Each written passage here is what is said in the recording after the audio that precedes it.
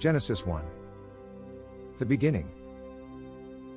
In the beginning God created the heavens and the earth. Now the earth was formless and empty, darkness was over the surface of the deep, and the Spirit of God was hovering over the waters. And God said, "Let there be light," and there was light. God saw that the light was good, and he separated the light from the darkness. God called the light day, and the darkness he called night. And there was evening, and there was morning, the first day. And God said, "Let there be a vault between the waters to separate water from water." So God made the vault and separated the water under the vault from the water above it. And it was so. God called the vault sky. And there was evening, and there was morning, the second day. And God said, "Let the water under the sky be gathered to one place, and let dry ground appear." And it was so. God called the dry ground land, and the gathered waters he called seas. And God saw that it was good. Then God said, "Let the land produce vegetation, seed-bearing plants and trees on the land that bear fruit with seed in it, according to their various kinds." And it was so. The land produced vegetation, plants bearing seed according to their kinds and trees bearing fruit with seed in it according to their kinds. And God saw that it was good. And there was evening, and there was morning, the third day. And God said, "Let there be lights in the vault of the sky to separate the day from the night, and let them serve as signs to mark sacred times, and days and years, and let them be lights in the vault of the sky to give light on the earth." And it was so.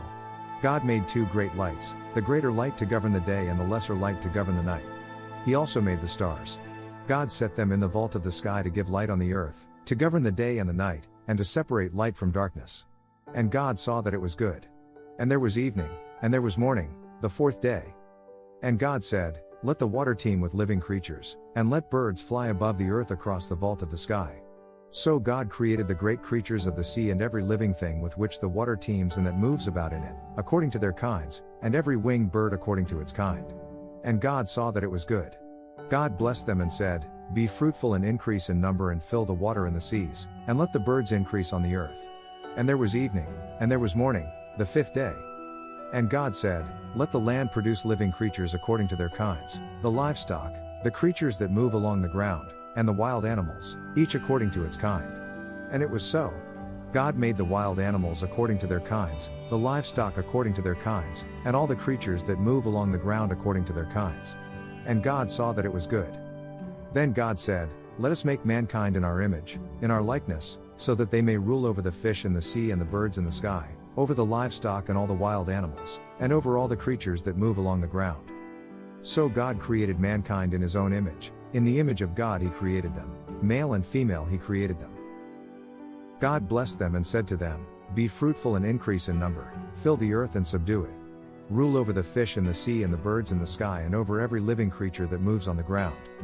Then God said, "I give you every seed-bearing plant on the face of the whole earth and every tree that has fruit with seed in it. They will be yours for food.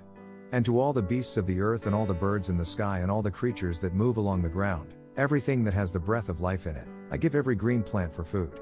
And it was so. God saw all that he had made, and it was very good. And there was evening, and there was morning, the sixth day. Genesis 2. Thus the heavens and the earth were completed in all their vast array. By the seventh day God had finished the work he had been doing, so on the seventh day he rested from all his work. Then God blessed the seventh day and made it holy, because on it he rested from all the work of creating that he had done. Adam and Eve. This is the account of the heavens and the earth when they were created, when the Lord God made the earth and the heavens. Now no shrub had yet appeared on the earth and no plant had yet sprung up, for the Lord God had not sent rain on the earth and there was no one to work the ground, but streams came up from the earth and watered the whole surface of the ground. Then the Lord God formed a man from the dust of the ground and breathed into his nostrils the breath of life, and the man became a living being. Now the Lord God had planted a garden in the east, in Eden, and there he put the man he had formed. The Lord God made all kinds of trees grow out of the ground, trees that were pleasing to the eye and good for food. In the middle of the garden were the tree of life and the tree of the knowledge of good and evil. A river watering the garden flowed from Eden. From there it was separated into 4 headwaters. The name of the first is the Pishon. It winds through the entire land of Havilah, where there is gold. The gold of that land is good, aromatic resin and onyx are also there. The name of the second river is the Gihon. It winds through the entire land of Cush. The name of the third river is the Tigris. It runs along the east side of Ashur. And the fourth river is the Euphrates. The Lord God took the man and put him in the Garden of Eden to work it and take care of it. And the Lord God commanded the man, "You are free to eat from any tree in the garden, but you must not eat from the tree of the knowledge of good and evil, for when you eat from it you will certainly die." The Lord God said, "It is not good for the man to be alone. I will make a helper suitable for him." Now the Lord God had formed out of the ground all the wild animals and all the birds in the sky. He brought them to the man to see what he would name them, and whatever the man called each living creature, that was its name. So the man gave names to all the livestock, the birds in the sky and all the wild animals. But for Adam no suitable helper was found. So the Lord God caused the man to fall into a deep sleep, and while he was sleeping, he took one of the man's ribs and then closed up the place with flesh.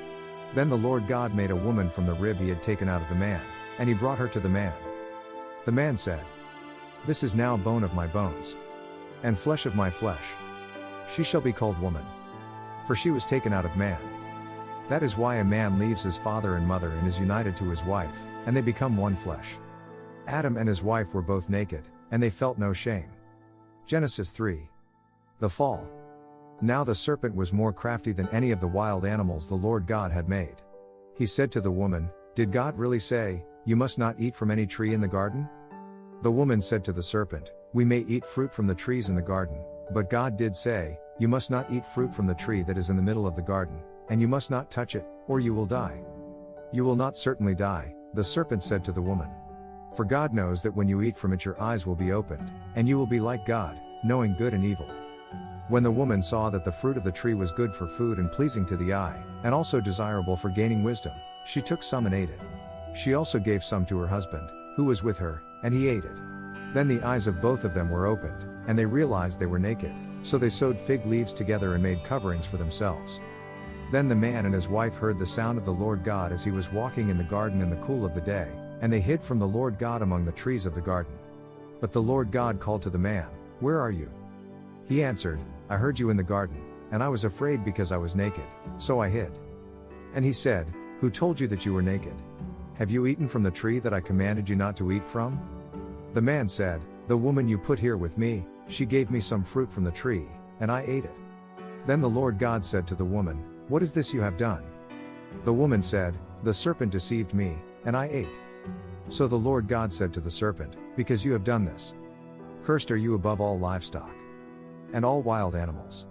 You will crawl on your belly, and you will eat dust all the days of your life.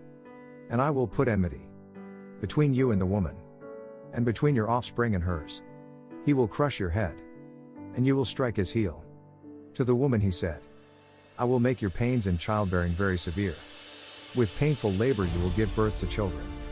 Your desire will be for your husband, and he will rule over you." To Adam he said, "Because you listened to your wife and ate fruit from the tree about which I commanded you, you must not eat from it.